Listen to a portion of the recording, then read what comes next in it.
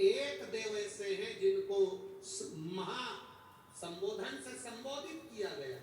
कौन है वो? जम के बोलो जरा। महादेव, जिनको महासंबोधन से संबोधित किया गया, संबोधित किया। और 33 कोटि देवताओं की जो धर्म पत्नियां हैं, देवियां, उन देवियों में केवल एक देवी है जिस देवी के नाम के आगे महा का संबोधन लगाया गया, वो केवल एक लक्ष्मी है जिसे महालक्ष्मी कहा गया। महासंबोधन, एक महादेव है और दूसरी महालक्ष्मी। बाकी के किसी देवी के आगे महा का संबोधन नहीं किया। महालक्ष्मी का संबोधन त्रिदेवी में, पार्वती मैया हो, सरस्वती मैया हो, उसमें महालक्ष्मी का संबोधन, महासंबोधन लक्ष्मी के आगे आया। और त्रिदेव में महासंबोधन देवाधिदेव महादेव के सामने आया। इसलिए इन एक महादेव और एक महालक्ष्मी, ये दो देवता ऐसे हैं, एक देवता एक देवी ऐसी हैं जिन पर मधु का प्रयोग सुख प्रदान करता। अब दुनिया के लोगों ने कहा गुरुजी आप एक बात कर देते हो,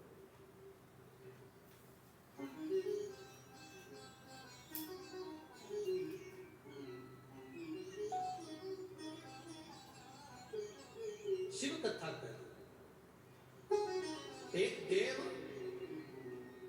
महादेव और दूसरे नंबर पर देवी लक्ष्मी महालक्ष्मी, जिन पर मधु का प्रयोग। एक हमने पहले कथा में कहा था कि उसका लोगों ने उपहास भी किया, हंसी भी उड़ाई, पर लोगों ने उसका प्रयोग करा तो फल भी पाया। आज भी उस पत्र को, यहाँ पर भी एक पत्र है उसका, हम बताएंगे। हमने कहा था कि बीज पत्ती पर शहद लगाकर जब आप अपनी पूरी मेहनत करें, पूरा कर्म करें और अच्छी मेहनत में तल्लीन रहें, और मेहनत करते हुए जब किसी कार्य के लिए जाएं तो मध्य पत्ती में मधु लगाकर, शहद लगाकर, सुना था कि नहीं सुना था? शहद लगाकर शिवलिंग पर उसको लगाकर फिर जाइए, कार्य में सफलता मिलती है। ये हमने कहा था। अब दुनिया के लोग भले हंसे, पर जिन्होंने स्कंद पुराण पढ़ी हो, कूर्म पुराण पढ़ी हो, लिंग पुराण पढ़ी हो, मत्स्य पुराण पढ़ी हो, और जिसने कभी जिंदगी में एक बार शिव महापुराण का स्मरण करा हो या देवी भागवत का स्मरण करा हो, तो उसमें मधु का, शहद का बड़ा महत्व बताया गया। मधु का, शहद का बड़ा महत्व। शहद, मधु एक देवाधिदेव महादेव को समर्पित करने वाला और एक मां लक्ष्मी को समर्पित करने वाला क्या देता है? ये शिव पुराण की कथा कर रही है। जब बूढ़ी मां के पास में कुछ भी नहीं था, 80 साल, 70, 80, 50, 60 साल पुराना शहद, मधु रखा। शहद, आप लोगों में से कितने लोग हैं जिनके घर में शहद है, मधु है? रखो। अब मधु आपके घर में है,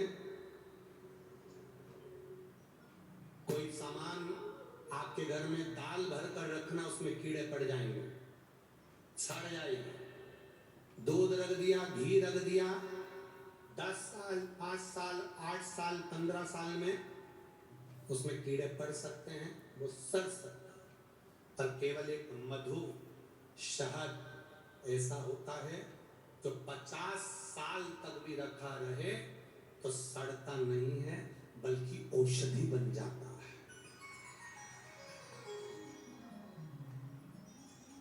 शहद अगर 40 साल का भी रखा है, मधु अगर 30 साल, 50 साल का भी रखा है, तो वो औषधि का काम करता है। और केवल मधु, शहद डब्बे में जैसे औषधि का काम करता है, वैसे ही हमारी जिह्वा में भी अगर हम शहद, वो कहते हैं ना कि शहद जैसी वाणी बोलते हैं, जो शहद जैसी वाणी बोलता है वही दुनिया पर राज्य कर पाता है, जो कड़वा बोलता है वो राज्य नहीं करता। शहद जैसी, उस मधु का बड़ा प्रयोग है, मधु की बड़ी विशेषता। महादेव में और एक देवियों में महालक्ष्मी, देवियों में महालक्ष्मी। कभी प्रयास करना, प्रयोग कर कर देखना।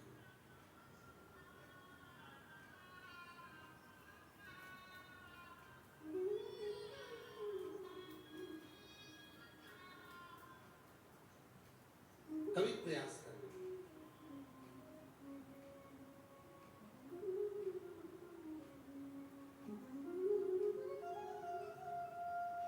जब तुम्हें लगे जिंदगी में कि बहुत हाथ तंग चल रहा है और बहुत तकलीफ की जिंदगी चल रही, बहुत कष्टमय जीवन चल रहा है,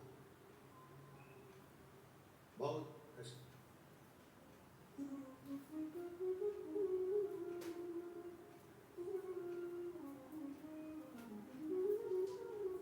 एक देव दीपावली आती है। कभी तुम लोगों ने पढ़ा पंचांग में, कैलेंडर में उसका वर्णन आता है? पढ़िए देव दीपावली। अरे बोलो तो जम के पढ़िए। एक देव दीपावली आती है, एक दीपावली, एक देव दीपावली। इन दोनों दीपावली के दिन अगर प्रयास करना, अगर बहुत कष्टमय जीवन चल रहा हो, फैक्ट्री भी ना चले, दुकान भी ना चले, व्यापार भी ना चले और कर्जा बढ़ते जा रहा हो, टेंशन ही टेंशन पूरी जिंदगी में हो रहा हो, कहीं से संपदा आ नहीं रही हो, धक्के की जिंदगी चल रही हो, तो एक बार मधु का प्रयोग कर कर देखना। महालक्ष्मी की अगर पूजन कर रहे हो देव दीपावली पर या दीपावली पर, तो पान के पत्ते पर एक शहद की बिंदी रखकर लक्ष्मी जी को भोग लगाइए और शंकर जी के मंदिर में उसी दीपावली को या देव दीपावली पर शंकर भगवान के शिवलिंग पर एक पत्ते पर या पुष्प पर एक बूंद शहद लगाकर शिव जी को समर्पित कर कर देखिए। अगला वर्ष तक इंतजार करना, बाबा आपकी जिंदगी में चार चांद ना लगा दो उस मधु के बल पर, तो आनंद प्रयास करिए। मधु में क्या बल है? ये शिव महापुराण की कथा कर रही है। लक्ष्मी जी को श्राप दिया गया, तो अश्व की योनि में जाएगी, अश्वी बनेगी, घोड़ी बनेगी। भगवान नारायण ने लक्ष्मी को पृथ्वी पर भेज दिया। लक्ष्मी जी पूरी रात्रि, अमावस्या की रात्रि अंधेरे में भ्रमण कर रही हैं, कहीं उनको जगह नहीं मिली। एक दरवाजा खुला था, दीपक टिमटिमा रहा था, लक्ष्मी जी उसमें प्रवेश कर गई। बूढ़ी माँ कपड़े बना रही थी, भोजन मंगा, भोजन खा नहीं। बूढ़ी माँ ने शहद का डब्बा ढूंढ लिया, मधु की डब्बी ढूंढ ली। उस मधु की डब्बी को, उस शहद की डब्बी में से थोड़ा सा मधु लाकर लक्ष्मी जी को दे, थोड़ा सा मधु लाकर, थोड़ा सा शहद लाकर लक्ष्मी जी को दी।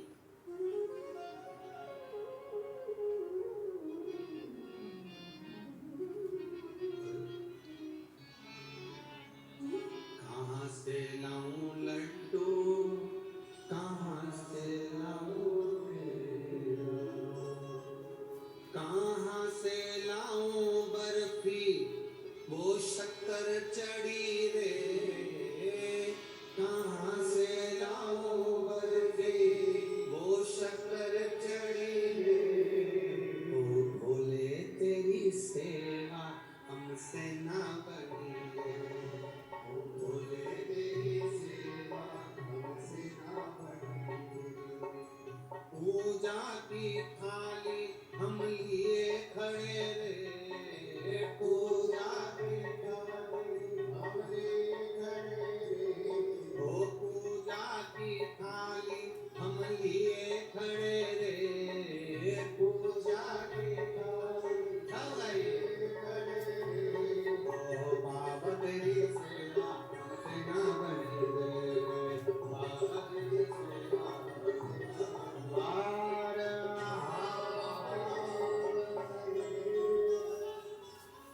अपने स्थान पर बैठकर भगवान देव महादेव से अपने हृदय की बात भगवान शिव जी से बड़े भाव के साथ आनंद के साथ कहिए। जहाँ जगह मिले वहाँ बैठकर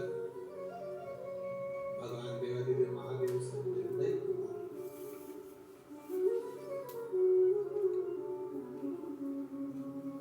जहाँ जगह मिले वहाँ बैठो, दिल से बाबा से प्रार्थना करिए, भाव से साथ में उच्च स्वर में बाबा से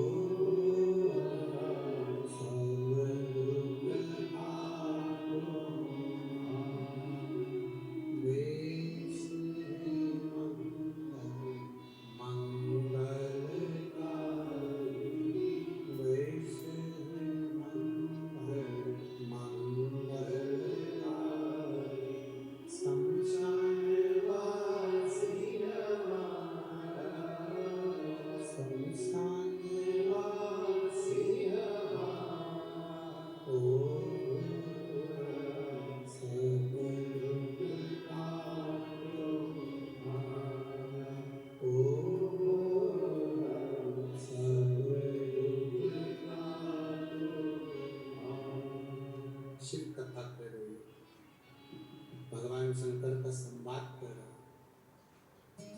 मधु शहद एक शिव जी पर और एक माता लक्ष्मी। देवों में देव जो है वो महादेव है, और देवियों में जो देवी की रूप है महालक्ष्मी। इन दोनों को शहद का प्रयोग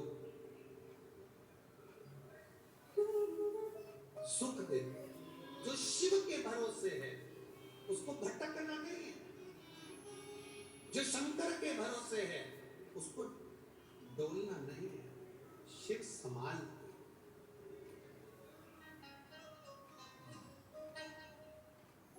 कथा में आपको कहा था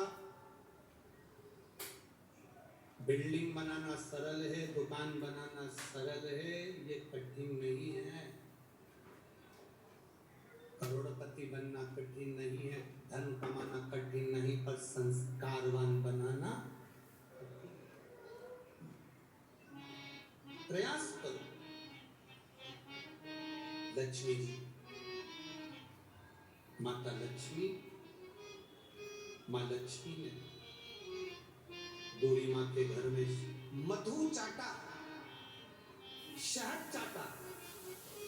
बूढ़ी माँ कपड़ा बना रही है, माँ मधु चाट के माता लक्ष्मी को कह दिया, बूढ़ी माँ ने आप विश्राम करो। लक्ष्मी जी विश्राम करती हैं और बूढ़ी माँ कपड़ा सिलती सिलती सिलती सिलती वहीं पर सो जाती है। दूसरे दिन माँ की जब आँख खुलती है, लक्ष्मी जी वहां से चली गई होती हैं। उस झोपड़े को माता लक्ष्मी महल बना देती है। महल। एक मधु शहद, दीपावली की रात्रि में शंकर भगवान को चढ़ाया गया शहद, लक्ष्मी जी को भोग लगाया गया शहद, या देव दीपावली के दिन माता लक्ष्मी को लगाया गया शहद का भोग, शहद का प्रसाद, माता लक्ष्मी को दी गई एक बूंद शहद हमारी जिंदगी की सार्थकता को सिद्ध कर दे। एक जैसे लक्ष्मी जी को दिया गया एक बूंद शहद, शिव जी को दिया गया एक बूंद शहद तुम्हारे जिंदगी को सार्थक बना देती है, उसी तरह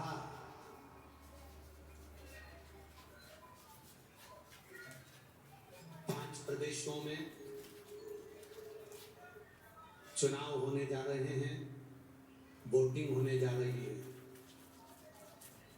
मैं संपूर्ण देशवासियों से, संपूर्ण प्रदेशवासियों से, जिन जिन प्रदेशों में वोट डाले जा रहे हैं, जिन जिन प्रदेशों में वोटिंग होने जा रही है, जिन जिन प्रदेशों में चुनाव लड़े जा रहे हैं, उन संपूर्ण देश प्रदेशवासियों से निवेदन करूंगा, राष्ट्र के हित में, देश के हित में, भारत के हित में वोट डालने जरूर जाओ और वोटिंग जरूर करो। वोटिंग जरूर करिए, वोट जरूर डालिए।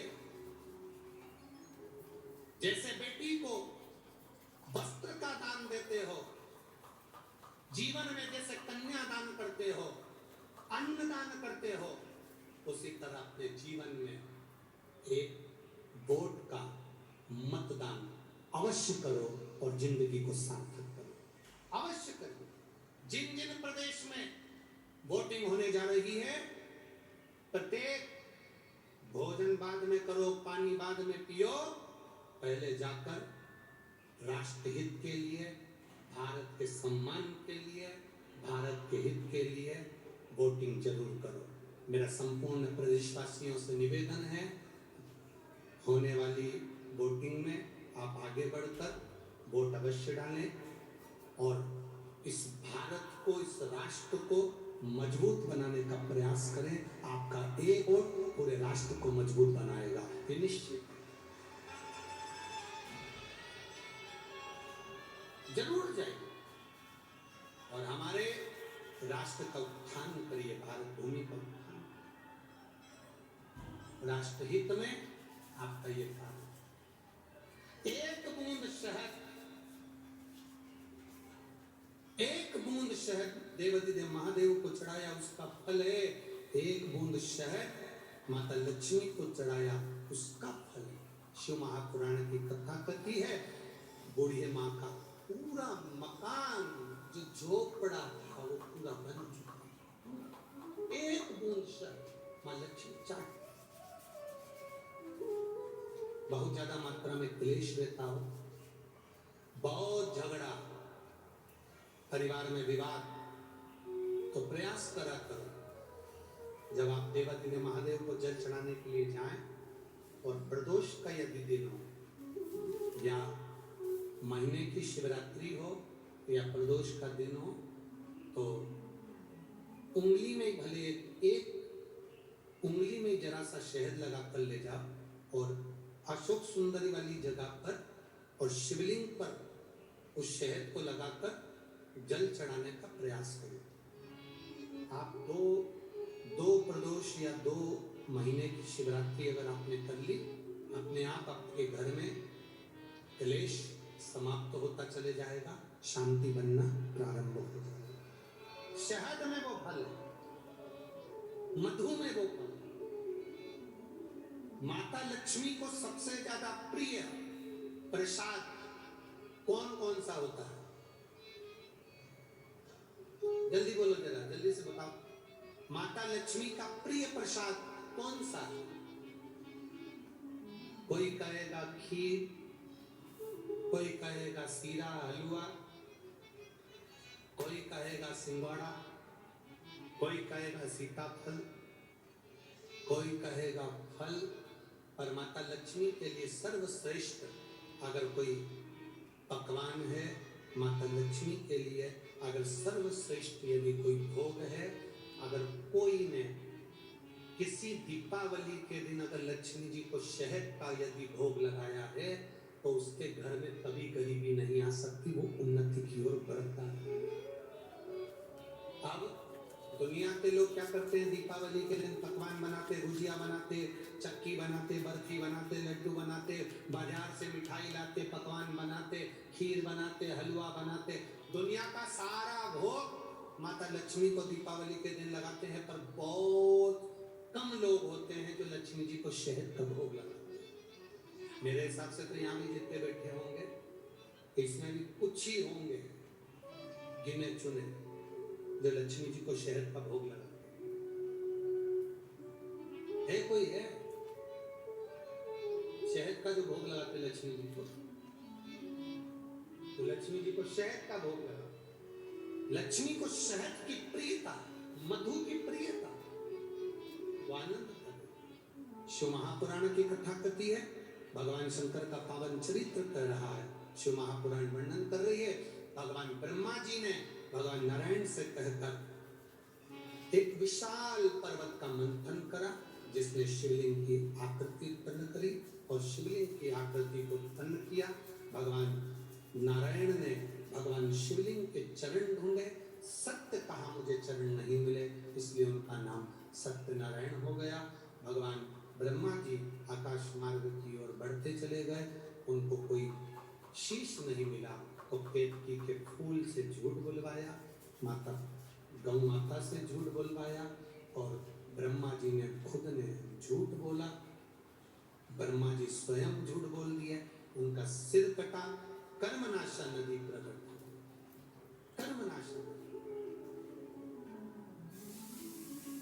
कटा हुआ शीश वट वृक्ष धारण कर बढ़ते पेड़ के नीचे भगवान देवादिदेव महादेव स्वयं विराजमान हुए, जिनका नाम बटकेश्वर महादेव।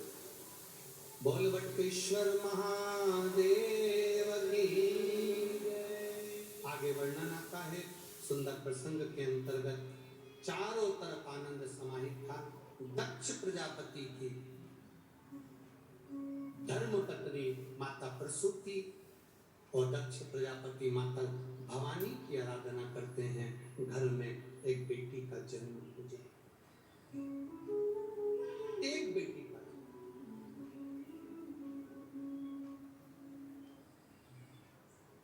हमारे घर में एक बेटी और जन्म है। स्वयं दुर्गा भवानी ने आकर कहा, सुनो दक्ष प्रजापति, तुम्हारे घर में इतनी कन्याओं का जन्म हुआ, उसके बाद में फिर तुम बेटी मांग रहे। दक्ष प्रजापति कहते हैं, बेटा अगर घर में जन्म लेगा तो एक कुल को तारेगा, और अगर बेटी घर में जन्म लेती है तो वो दो कुल को तार देती है। इसलिए हमारे घर में बेटी का जन्म, हमारे घर में बेटी जन्म। मेरा बेटियों से निवेदन, तुम्हारे माता पिता अगर पढ़ा रहे हैं, तुम्हारे माता पिता अच्छे कॉलेज में भेज रहे हैं, तुम्हारे माता पिता अच्छी एजुकेशन दे रहे हैं, तुम्हारे माता पिता तुम पर पूरा भरोसा कर रहे हैं, तो मेरा बेटियों से निवेदन है, अपने माँ बाप के भरोसे को मत तोड़ना, विश्वास को मत तोड़ना। अपने माता पिता को कन्यादान का मौका जरूर देना, किसी एड़े टेढ़े के साथ ना जाए, प्रयास करना। अपने माता पिता को कन्यादान का मौका जरूर दीजिए।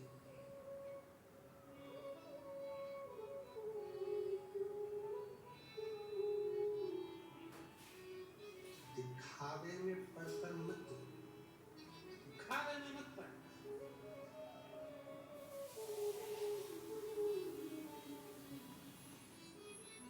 थोड़ा कोई तुम्हें बॉडी शॉडी दिखा दे, कोई थोड़ा तुम्हें घुड़ घुड़ कर मोटरसाइकिल पे ले जाके चाउमीन खिला दे, गोलगप्पा खिला दे, और तुम्हें गप्पा बना दे, ऐसा काम ना करो।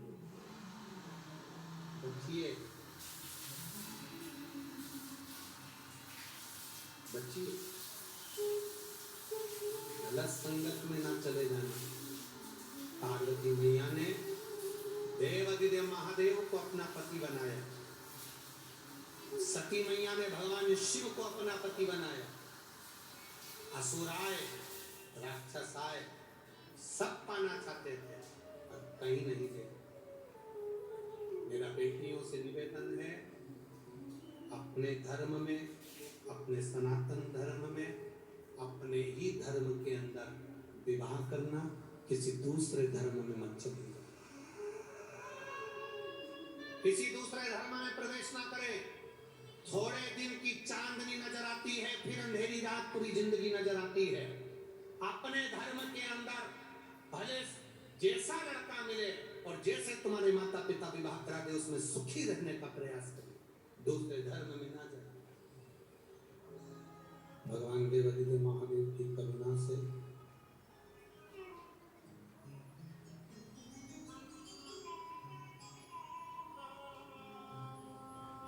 ये कार्तिक महीने में जो कथा श्रवण करने का सौभाग्य मिला है, जीवन की सार्थक।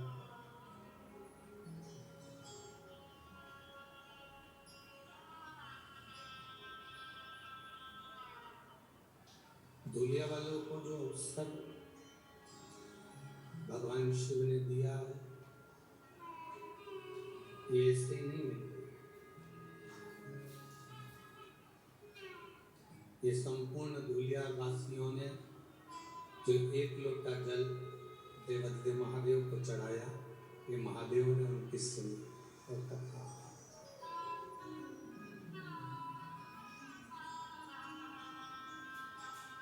किसी एक की प्रतिज्ञा से नहीं, संपूर्ण क्षेत्रवासियों की प्रतिज्ञा से ये कथा आप और हम तक पहुंची।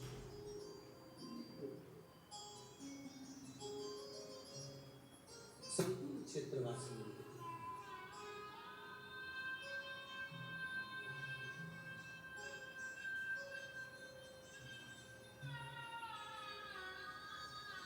और जब तक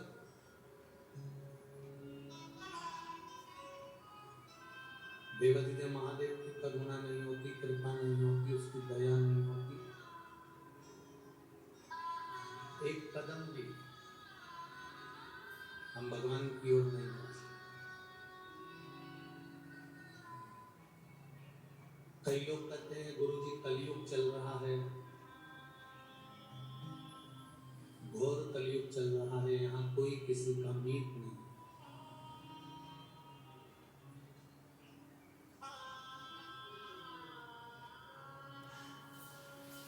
हम कहते हैं भगवान देवाधिदेव महादेव से प्रार्थना करो, भगवान शिव को धन्यवाद दो कि इस घोर कलयुग में जहाँ भाई भाई को मारने दौड़ता है,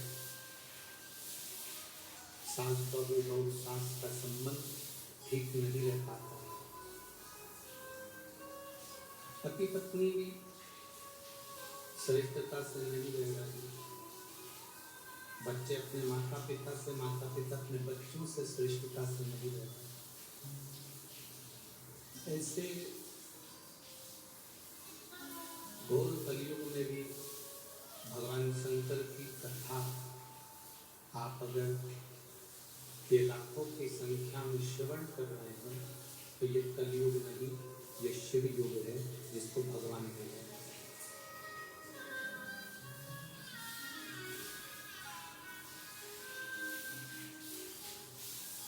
हमारे शरीर में एक हृदय,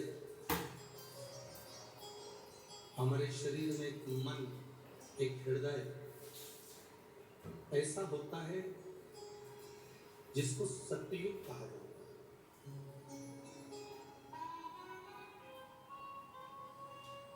क्योंकि हम उसमें सत्य का निवास करते हैं।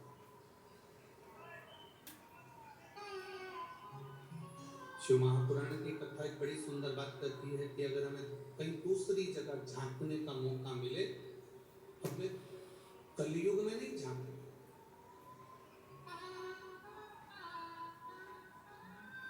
यदि हमें कहीं झांकने का मौका मिले तो अपने सतयुग में अपने हृदय में झांक कर देखिए, उसमें तुम्हें बहुत कुछ मिलेगा, बहुत कुछ।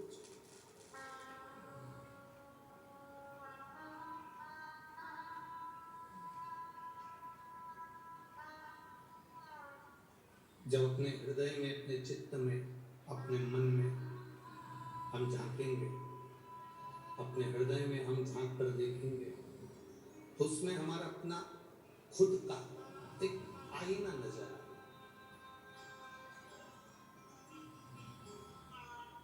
जिस आईने में हम हमारे परमात्मा का दर्शन कर सकते। एक बात हमने पहले भी कही, आज फिर कही, कहीं बहुत दूर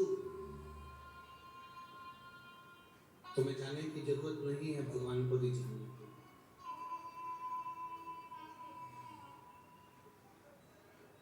अगर जाना ही है तो अपने भीतर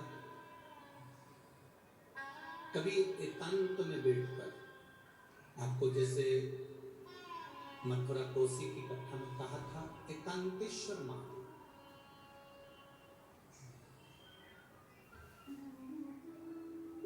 कभी तुम भी एकांत में बैठकर भगवान शंकर की भक्ति धारण करो।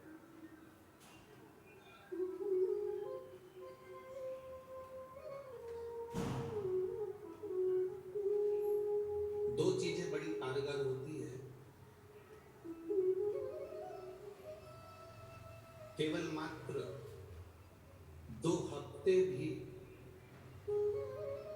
हम उसको अगर दृढ़ता से कर लेते हैं तो मेरे शंकर की कृपा हम पा लेते हैं। 2 चीजें कारगर, एक बिना कपट के, बिना छल के, बिना दिखावे के, बिना बेईमानी के, बिना लोभ के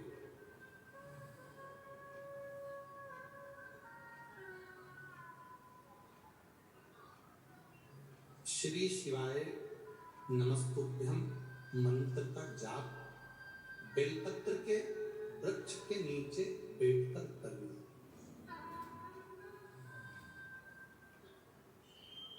उसमें एक बार आपकी कामना हो जाना चाहिए, उसके बाद तुम्हारे मन में ये नहीं आना चाहिए कि मैं इस कामना के लिए ये व्रत, ये जप कर रहे हैं। शुरू दिन आप जब बेलपत्र के पेड़ के नीचे बैठे, शुरू दिन जब आप बेलपत्र के वृक्ष के नीचे बैठकर कामना कर कर एक बार अपने मन में आ जाना चाहिए कि मैंने इस कामना से श्री शिवाय नमस्तुभ्यम मंत्र का जाप किया।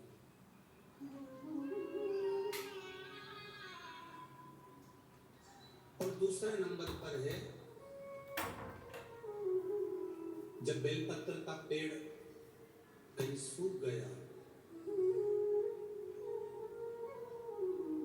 और किसी किसी के यहाँ पर बेलपत्र का वृक्ष जब सूख जाता है तो उस वृक्ष को लोग निकाल देते हैं, तोड़ देते हैं, काट देते हैं, निकाल देते हैं।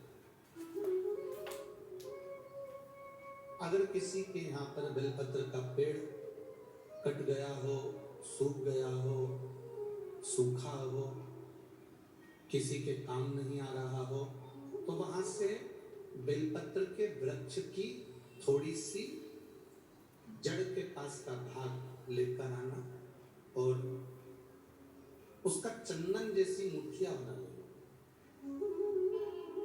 और उसको फिर घिस कर मेरे देवाधिदेव महादेव को जब जल चढ़ाने जाओ तब वो बेलपत्री का चंदन मेरे महादेव को लगाकर आओ।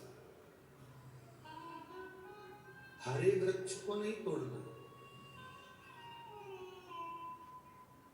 जो वृक्ष सूख गए, जो वृक्ष पूर्ण तरह से साल भर हो गया, 1.5 साल हो गया, 2 साल हो गया, किसी किसी के यहाँ का पेड़ कटने वाला है, सूख चुका है, बेकार हो चुका है, लोग उसे निकालना चाह रहे हैं, उसकी अगर थोड़ी सी लकड़ी, थोड़ा सा भाव मिल जाए, उसका घिसा हुआ चंदन देवादिदेव महादेव को समर्पित किया।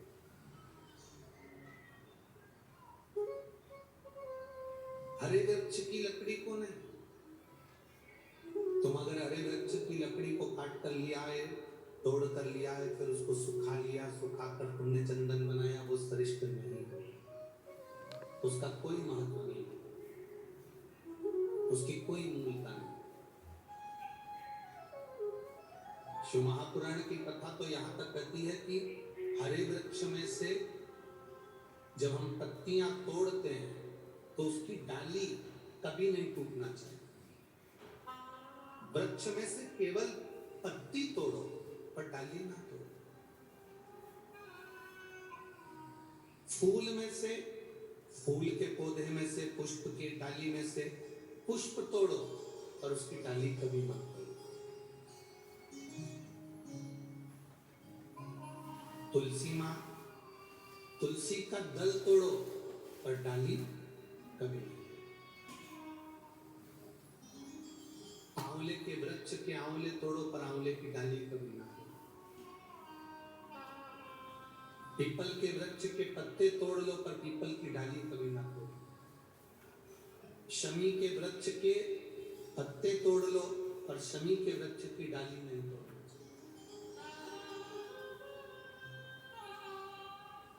कारण क्या होता है? 84 लाख मनुष्य की योनियां और 84 लाख योनियों में से 20 लाख योनि पेड़ पौधे की है। वृक्ष, दुर्वा, पत्तियां, डालियां, ये जितने संपूर्ण ब्रह्मांड में जितने तुम्हें पौधे नजर आते हैं, चाहे वो जल के अंदर नजर आए, थल के अंदर नजर आए, गमले में नजर आए, जैसे तुम्हें पौधे का दर्शन हो रहा है, 20 लाख योनि वृक्ष की है। 20 लाख। अब 84 लाख में से 20 लाख योनि तो वृक्ष की है। शिव महापुराण की कथा करती है, हम फूल तोड़ते समय अगर डाली तोड़ देते हैं, हम पत्तियां तोड़ते समय वृक्ष की डालियां तोड़ देते हैं, तो 84 लाख योनि में से 20 लाख योनि वृक्ष की है और वो योनियां हमको भुगतना पड़ती है। इसलिए केवल पत्तियां, आपको पत्ती की जरूरत है, बेलपत्र की जरूरत है, ये बेलपत्र की आपको जरूरत है, बेलपत्र तोड़िए, डाली ना तोड़िए। फूल की जरूरत है, फूल तोड़िए, उसकी डालियां।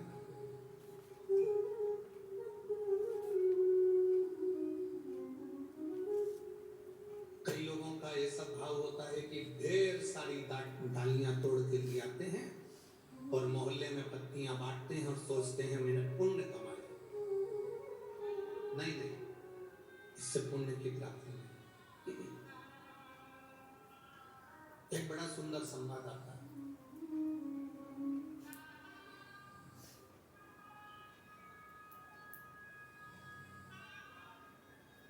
कुर्म पुराण का एक गिद्ध जंगल में रह रहा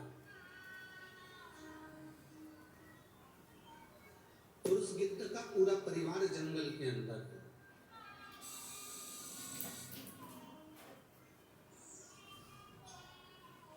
गिद्ध जंगल में है, गिद्ध का परिवार जंगल में है, वन में रह रहा है, वन विचरण कर रहा है। अब गिद्ध करता क्या है? उसका तो काम एक ही है, मांस नोचना, मांस को खा।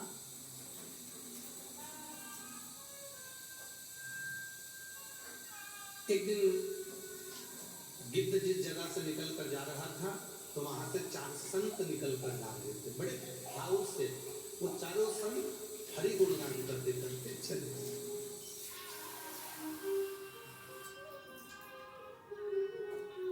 भगवान का भजन करते करते, प्रभु का नाम लेते लेते चले।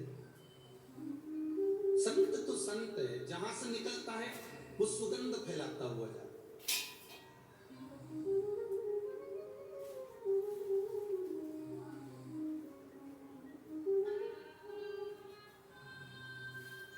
एक बेकार व्यक्ति और एक अच्छा व्यक्ति, एक अच्छे व्यक्ति का संग और एक बेकार व्यक्ति का संग। बेकार व्यक्ति का संग नाली के कीचड़ के समान होता है।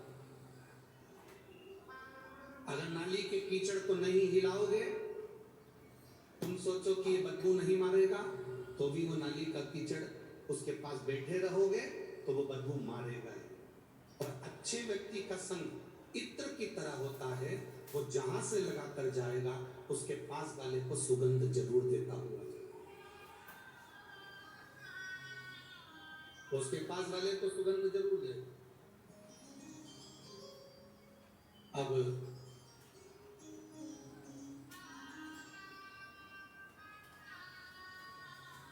भगवान की विरल भक्ति को जैसे जैसे आप धारण करते जाते हो, वैसे वैसे फल मिलते हैं। अब एक भैया एक बेटी को लेकर यहाँ आए थे, आप लोग दर्शन करे थे, उसको गोदी में उठाकर लेकर आए थे। इस बेटी को कभी अगर मौका मिले तो उस भैया से पूछना, उस भाऊ से बात करना। इस बेटी को लेकर वो सीहोर भी आए थे। जिस समय इस बेटी को लेकर सीहोर आए थे, तब डॉक्टर ने इसको मरने की कतार पर छोड़ दिया था और कह दिया था कि ये, डॉक्टर ने कहा था कि ये अब मरने की कतार पर है, अब ये इसमें प्राण नहीं। कई महीनों तक इस लड़की ने भोजन नहीं किया, कई महीनों तक इस बेटी ने अन्न का दाना इसके मुंह में नहीं गया, पानी भी नहीं पी पाती। आज वो बेटी को यहाँ प्रणाम करने के लिए इसलिए लेकर आए क्योंकि वो बेटी अब पानी भी पीने लगी है और भोजन भी करने लगी है, इसलिए उसको यहाँ लेकर आए।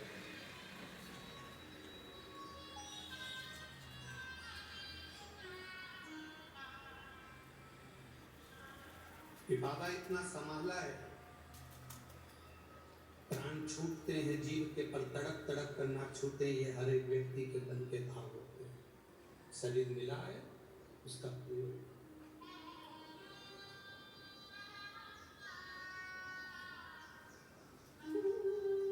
पहले पूरी की पूरी लेटी रहती थी, शुद्ध नहीं थी, देखती नहीं थी।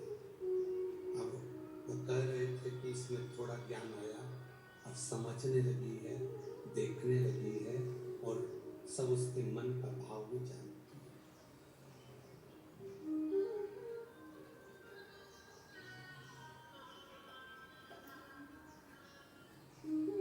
संगत का असर, आपके भजन का असर, आपकी भक्ति का असर जरूर बेटी, भक्ति का असर जरूर होगा, संगत का असर जरूर होगा, वो छूटेगा नहीं।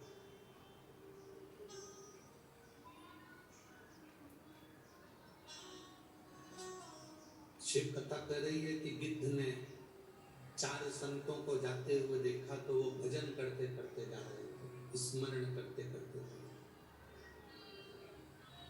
स्मरण करते, राम कृष्ण जय राम कृष्ण राम कृष्ण राम कृष्ण राम कृष्ण राम कृष्ण। भजन करते करते वो जा रहे हैं, स्मरण करते करते। अब गिद्ध को लगा कि संत जा रहे हैं तो क्यों ना थोड़ा सा ये क्या बात करते करते जा रहे हैं, मैं जाऊं इनकी सुनते सुनते।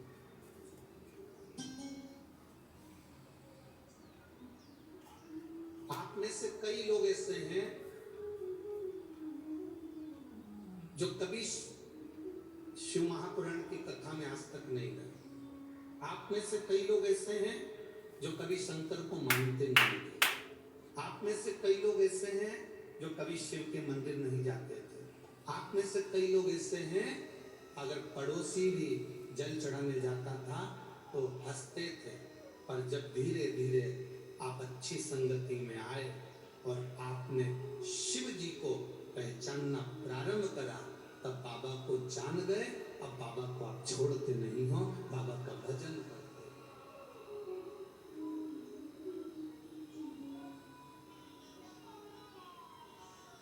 एक अभिलाषा लेकर गिद्ध पीछे पीछे चल रहा है।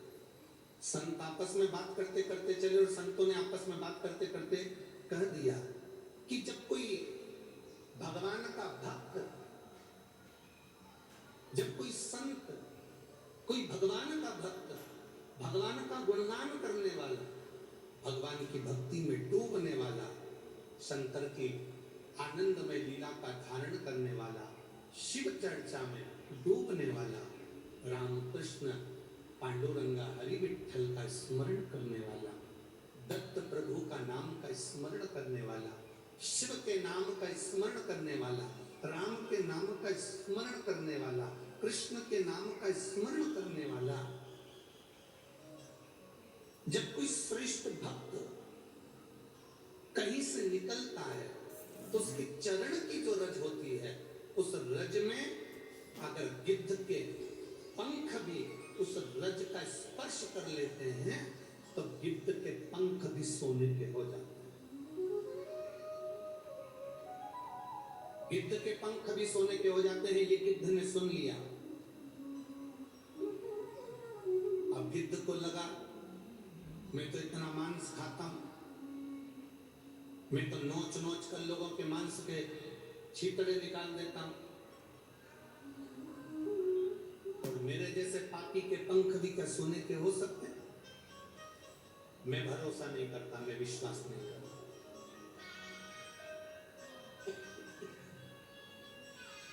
ये मेरा भरोसा नहीं है, ये मेरा विश्वास है।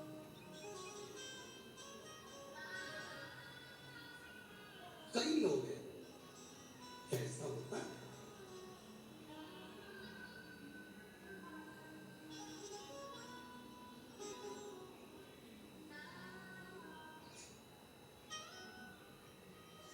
एक बात आपसे पूछें, जिसका लीवर और जिसकी किडनी, कभी डॉक्टर से पूछना, जिसका लीवर जिसकी किडनी पूरी खराब हो चुकी हो, एकदम समाप्त हो चुकी हो, या जिसका आधा दिल ही नहीं हो, आधा हृदय ही नहीं हो,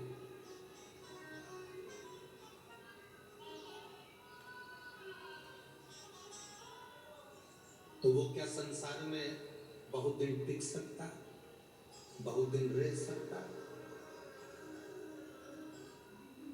तेरी कृपा बिना ना मिले एक भी लेते हैं श्वास की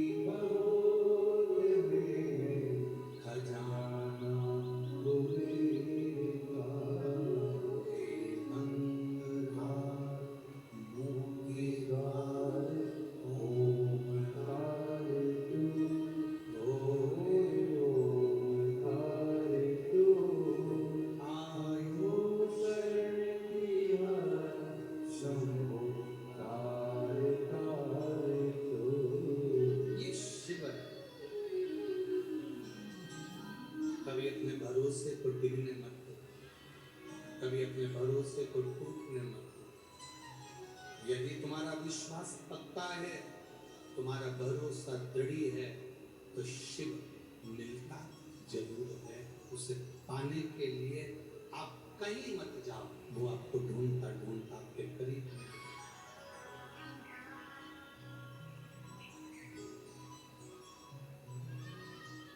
क्यों नहीं सुन? शिव कथा कर रही है, भगवान देवादिदेव महादेव का चरित्र करा, गिद्ध ने विश्वास नहीं करा।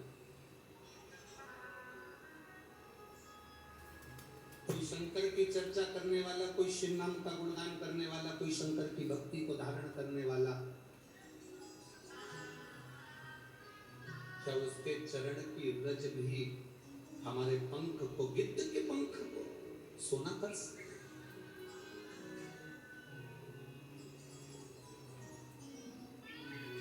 दुनिया में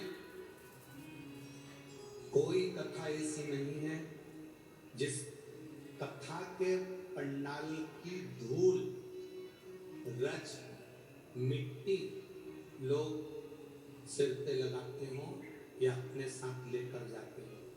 केवल इस कली काल में शिव महापुराण की कथा, ये कुबेरेश्वर बाबा की जो कथा कुबेर भंडारी जो करता है, इस पंडाल की मिट्टी भी लोग अपने मस्तक पर चढ़ाते हैं और अपने साथ लेकर। क्या मिलता है इस मिट्टी से? क्या प्राप्त होता है इस रज से? शिव की भक्ति, शंकर का स्मरण, शिव का गुणगान होता है। अरे मैंने तेरे ही भरोसे बाबा, तेरे ही भरोसे हवा विच उड़दी आवाज़ बाबा बोल छड़ी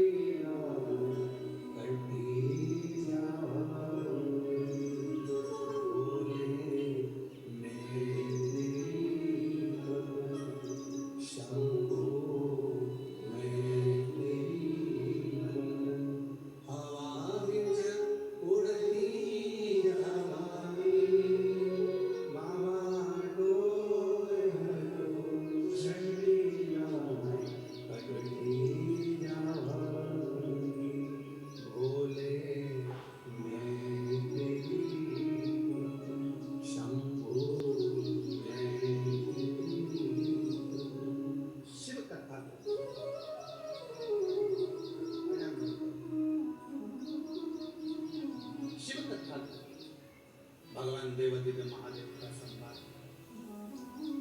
शिव महापुराण। आपका विश्वास, आपकी दृढ़ता, आपका भरोसा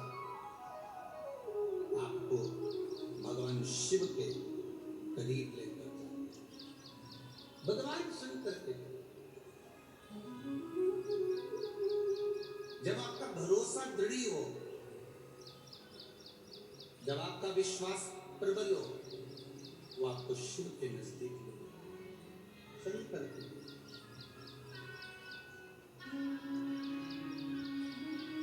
हरे राम कृष्ण हरे जय राम कृष्ण हरे राम कृष्ण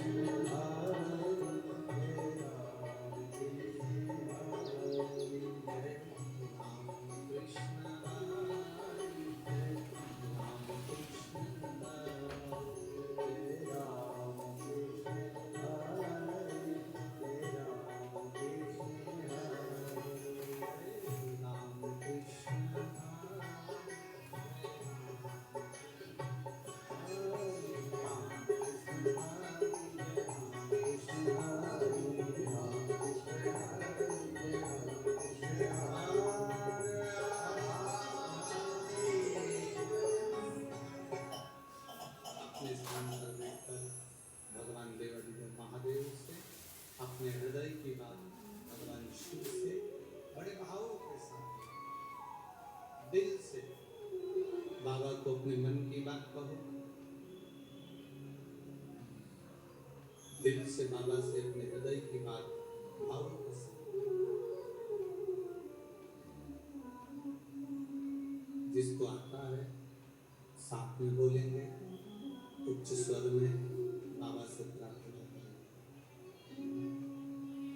श्री शिवाय नमस्तु,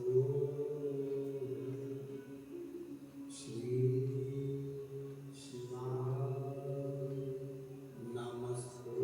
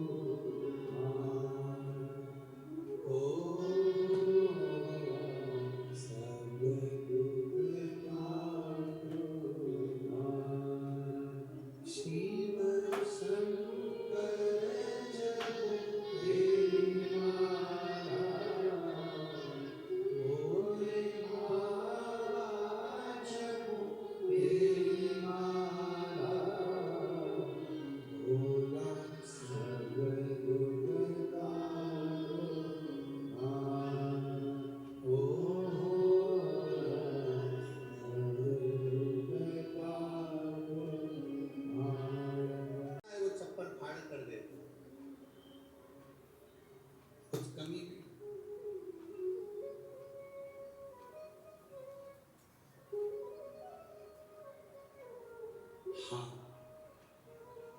हमारी परीक्षा जरूर लेगा। परीक्षा किस चीज की? सब्र की। आप जितना जितना सब्र रखोगे, जितनी जितनी शांति अपने अंदर रखोगे, उतना उतना वो देता चलेगा। शिव मंदिर में क्या चाहिए? शंकर भगवान के मंदिर में 3 चीजों का स्मरण करिएगा।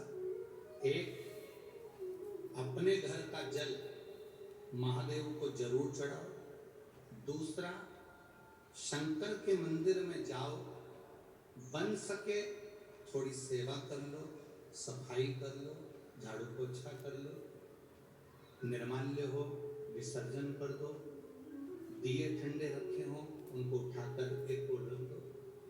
तीसरा, शिव के मंदिर में जब जाओ, कुछ देर नंदी के पास बैठकर महादेव को, जैसे नंदी देखता है, निहारता है, वैसे कुछ देर बैठकर बाबा को भी निहारने का प्रयास करो। वो देखकर झोली भर कर भेज दे।